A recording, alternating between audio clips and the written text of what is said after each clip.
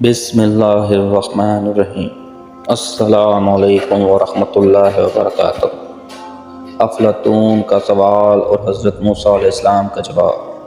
افلاطون جو بہت بڑا حکیم اور اپنے زمانے کے بڑے عقل مند لوگوں میں شمار ہوتا ہے اور وقت کا بہت بڑا فلسفی تھا، اور اس کی تحقیقات دنیا میں آج بھی معتبر اور مستند مانی جاتی ہیں۔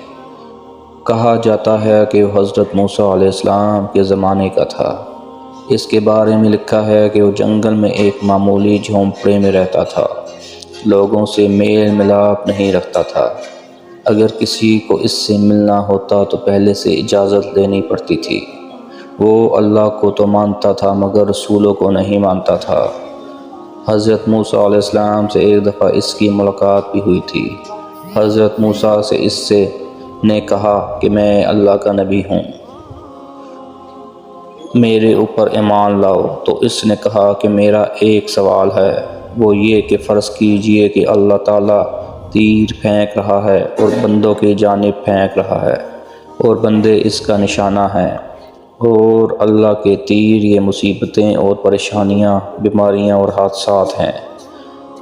اگر بندے اللہ تعالیٰ کے ان تیروں سے بچنا چاہیں تو کیا طریقہ ہے؟ حضرت موسیٰ نے اس کے سوال پر بالبدیہہ جواب دیا کہ تیر پھینکنے والے کی بغل میں بیٹھ جاؤ، اس لیے کہ تیر پھینکنے والا تو سامنے تیر پھینکے گا، اپنی بغل میں نہیں پھینکے گا۔ مطلب یہ تھا کہ اللہ کے قریب ہو جاؤ، جو اللہ کے قریب ہو جائے گا اسے تیر کیسے لگے گا، اور جو دور رہے گا ظاہر ہے اس کے تیر لگے گا۔ جب یہ جواب حضرت موسیٰ نے دیا تو وہ خوشی سے اچھل پڑا اور کہنے لگا کہ ایسا فی البدیہہ جواب تو شاید دنیا میں کوئی دے نہ سکے، اور کہا کہ واقعی آپ اللہ کے نبی ہیں، میں مانتا ہوں، لیکن آپ جاہلوں کے لیے ہیں، آپ کی مجھے ضرورت نہیں، کیونکہ میں تو بڑا عقل مند اور فلسفی ہوں۔ ویڈیو اچھی لگے ویڈیو کو لائک کر دیں، شیئر کر دیں، چینل کو سبسکرائب کر دیں تاکہ آپ کو اسی طرح کی اچھی اسلامک ویڈیوز سننے کو ملیں۔ تو نیکسٹ ویڈیو تک کے لیے اللہ حافظ۔